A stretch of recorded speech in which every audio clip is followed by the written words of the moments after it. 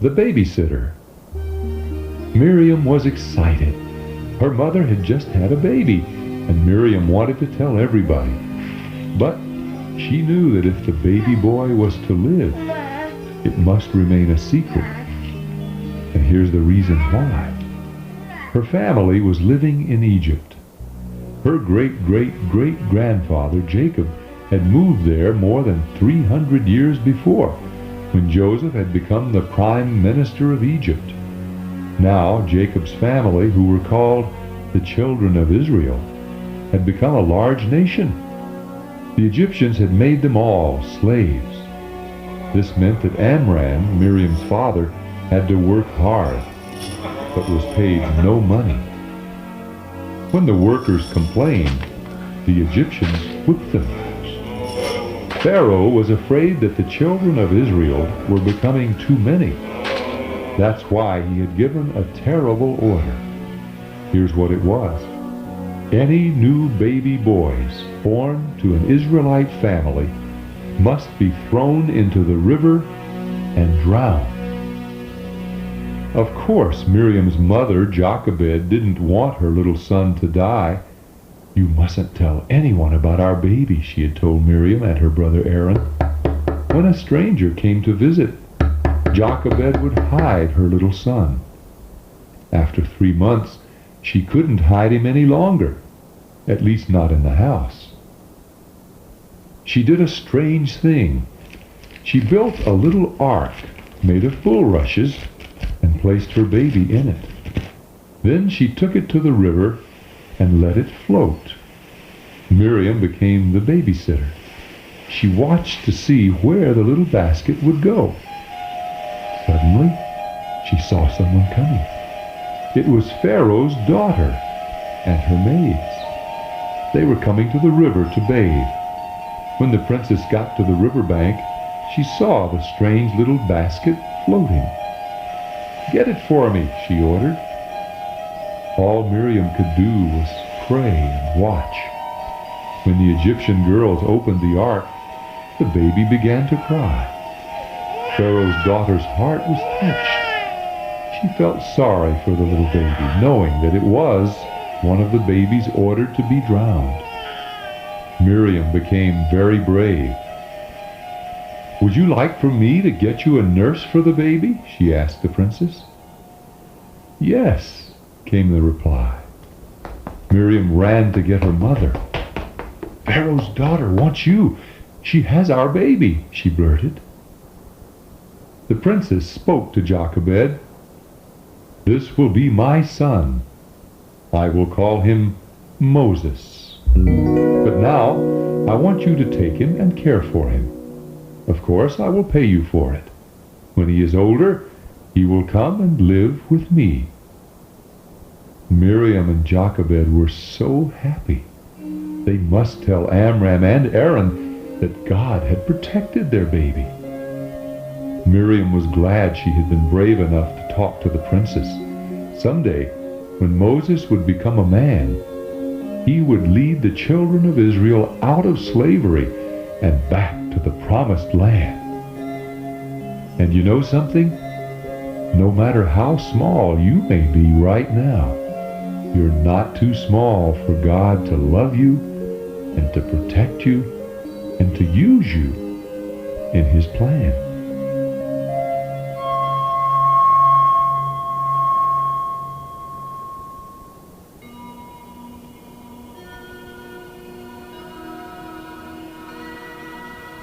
Learning to listen. Samuel was a very special boy. He didn't live at home with his father and mother. He lived at the temple, where he worked for an old priest named Eli. Before Samuel had been born, his mother Hannah had made a promise to God. She promised God that if He would give her a son, she would lend him back to God for all of his life. Sure enough, when Samuel was born, she kept her promise. Just as soon as he was big enough to be away from her, she brought Samuel to the temple. Then, once a year, Hannah would come to see her young son. Each year, she would bring him a new coat to wear. Hannah was so happy to see her son serving God in the temple. Eli was getting older and could hardly see. He needed someone like Samuel to help him. One night after Samuel had gone to bed, he heard someone calling his name. Samuel! Samuel! Quickly he jumped out of bed and ran to Eli. "Here I am," he said. "I didn't call you," replied Eli. "Go back to sleep." A few minutes later, Samuel heard it again. Someone was calling his name. Back to Eli he went. Once again, Eli said, "Go back to bed. I didn't call you." When it happened the third time, Eli knew that God was calling Samuel. Eli told Samuel what to do. "When you hear that voice again, simply say, 'Speak, Lord, for your servant is listening.'" Samuel went back to bed, and again he heard his name called. "Samuel! Samuel!" Samuel answered, "Speak, Lord, for your servant is listening." God gave Samuel a message for Eli the priest. God was not pleased with Eli and his sons. They were disobeying God's orders and did not respect and honor his word. Eli's sons had brought a curse on themselves. God said that they were all going to die. When morning came, Samuel opened the temple doors as usual. He didn't want to talk to Eli. When Eli asked Samuel what God had said, Samuel knew he had to tell the truth, even if it would hurt Eli. "Eli," Samuel replied, "because you have not corrected your sons and stopped what they are doing, you and your sons will soon die." Everything happened just as God had said it would. Samuel didn't know it yet, but he was going to become a prophet for God. And remember, no matter how small or how young you may be, you're never too small to hear God's voice speaking to you.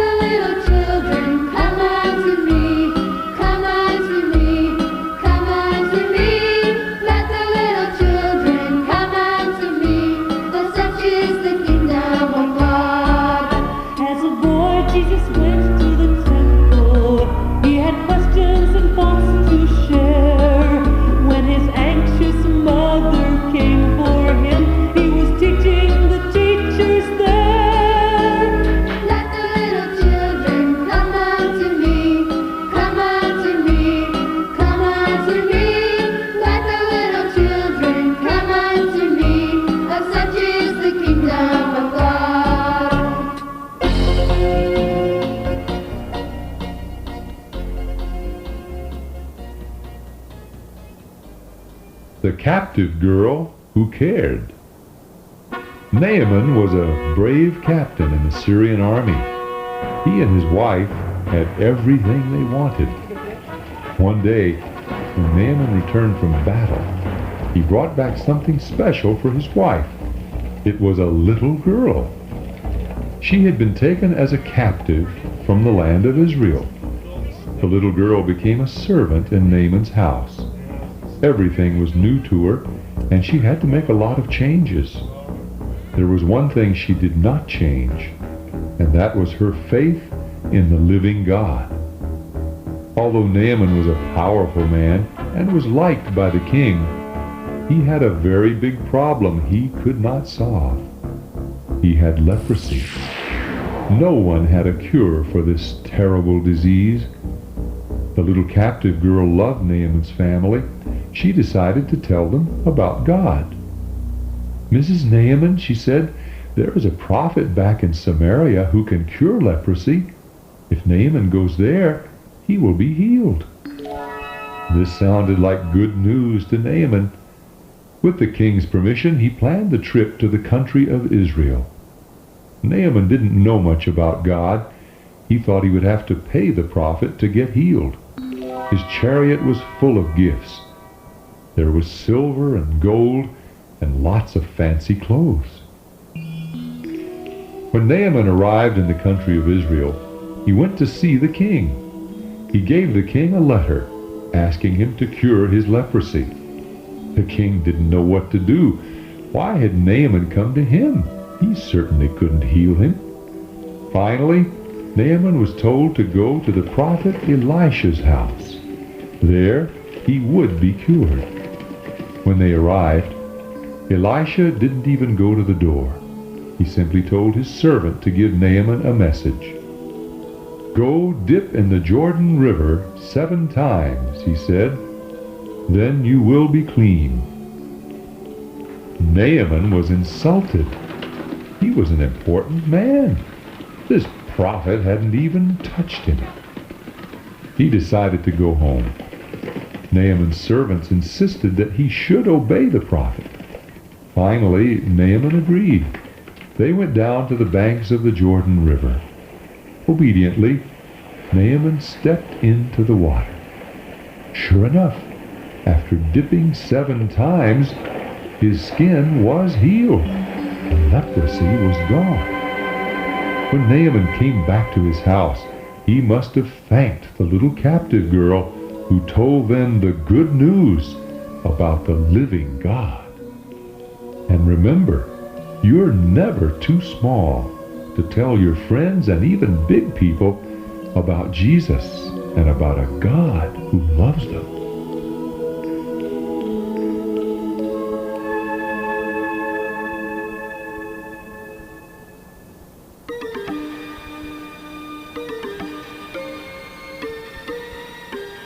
The boy Jesus. Joseph and Mary and her little son Jesus were fast asleep. Suddenly, an angel appeared to Joseph in a dream. "Get up and take Mary and the young child and go to Egypt immediately," the angel ordered, "because King Herod is going to try to kill Jesus." Joseph was shocked. Just yesterday they had strange visitors, and now this message. What did it all mean? What Joseph didn't know was that the wise men who had come to see Jesus had stopped in Jerusalem. Looking for a new king, they had gone to Herod's palace. "Where is the newborn king of the Jews?" they had asked. "We have followed a star and are here to worship him." King Herod had instructed the wise men to seek for Jesus in Bethlehem. "When you find him, come back and tell me where he is. I want to worship him too." Herod had lied to them. He wanted to kill Jesus. To protect the boy Jesus, God told the wise men not to go back to Herod. Now God was warning Joseph in a dream. Joseph knew the angel was right. That same night, he packed everything they had. He took Mary and Jesus and headed for Egypt. They lived there until the cruel King Herod died. Once again, an angel spoke to Joseph in a dream. "You can go home now. Herod is dead." When Jesus was 12 years old, he went to Jerusalem with Joseph and Mary. They were going to attend the yearly Passover feast at the temple.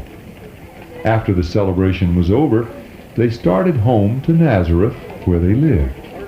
Joseph and Mary didn't know it, but Jesus was not among the crowd that was going home.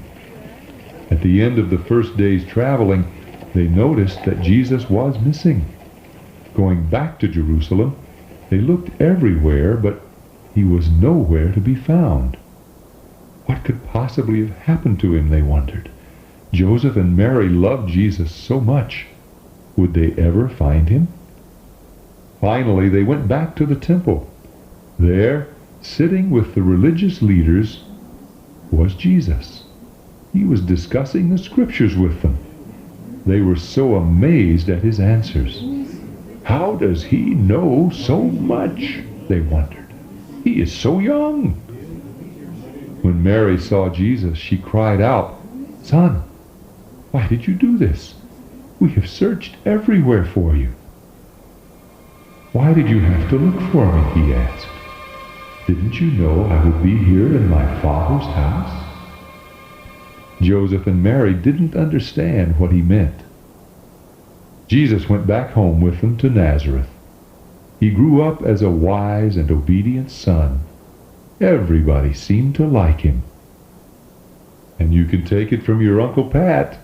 You're never too small to learn about Jesus. And if you live the way he wants you to, most everybody will like you too.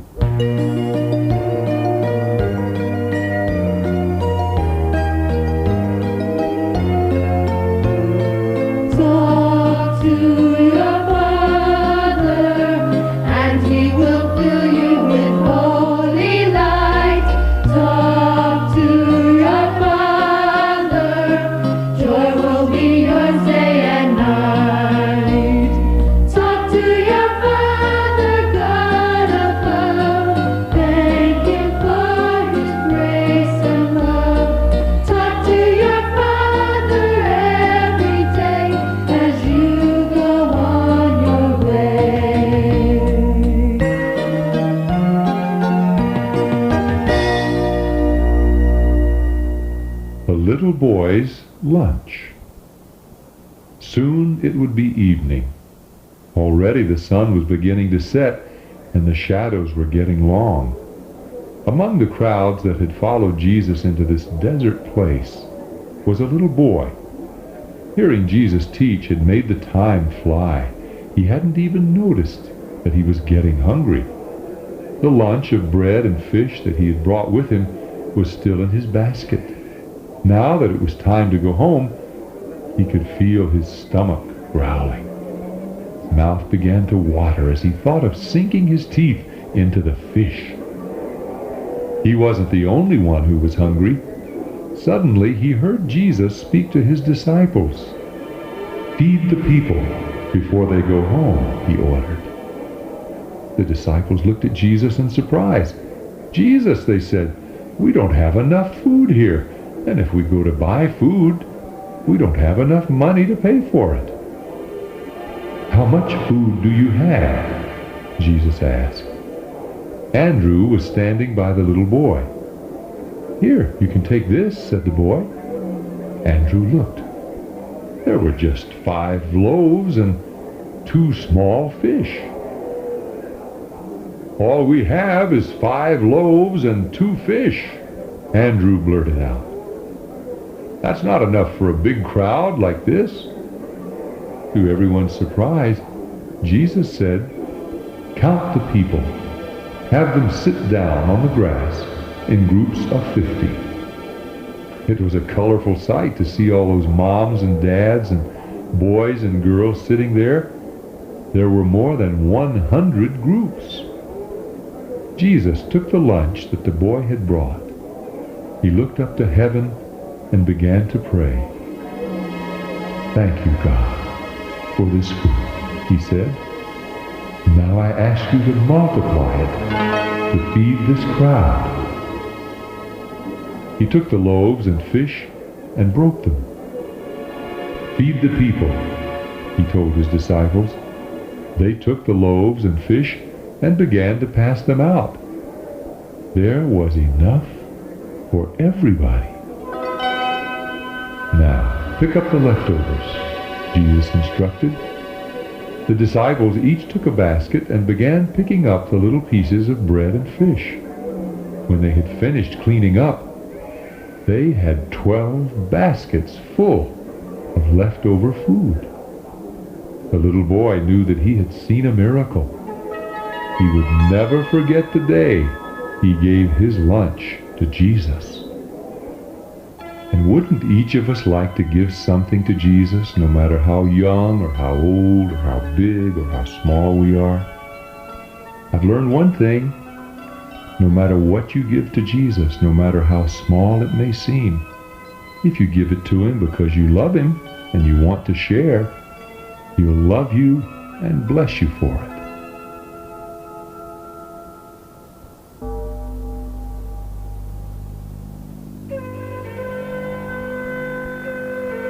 The Little Missionary. Uncle Paul was a missionary. He had just come back from his 3rd missionary trip. He had many exciting stories to tell. Paul had just come to Jerusalem, where his sister and her son lived. Paul's nephew loved Paul. Paul was his hero. But tonight, the boy was sad. Uncle Paul had been put into prison. He knew his uncle wasn't guilty, so why had they done this? Here's what happened. When Paul had come back from his preaching trip, he had brought back a friend. His name was Trophimus. Trophimus had become a Christian, but was not of the Jewish race. The Jewish leaders didn't want anyone who was not a Jew in the temple. "Paul has disobeyed our laws," they cried. The crowd got so excited that they tried to kill Paul. To protect him, the police chief put Paul in prison. Paul's enemies were not going to give up. They hated him and the Jesus he kept talking about. They promised to kill him, or they themselves would die. Here was their plot. The Jewish religious leaders would ask the chief of police to bring Paul to them for questioning. On the way to the court, a group of men would attack and kill Paul. These wicked men didn't know it, but a young boy was listening to their plans. He had to get to Paul to warn him. Bravely, he went to where Paul was locked up. When he got to see his uncle, he told him the story. Paul called for a guard. "Take this boy to the chief of police," he said. "He has something to tell him." The chief of police took the boy by his hand. "What do you want to tell me?" he asked. "The Jews are planning to kill Paul," he replied. "They will ask you to bring him back to the court. But please don't do it," he continued. "More than 40 men are in hiding, ready to kill Paul." "Don't tell anyone you have told me this," said the chief. As the boy went home, he knew he had done the right thing. Somehow Uncle Paul was going to be all right. That very night, the chief wrote a letter to the governor. Then he put Paul on a horse and surrounded him with guards. He was sending Paul to Governor Felix to get a fair trial. When Paul got there, they kept him under guard at the palace. Paul knew he wasn't guilty. This was just another place to tell people about Jesus. Because his nephew had been so brave, Paul knew they were missionaries together. And you know something? You're never too small to tell people about Jesus. And when you do, you're a missionary too.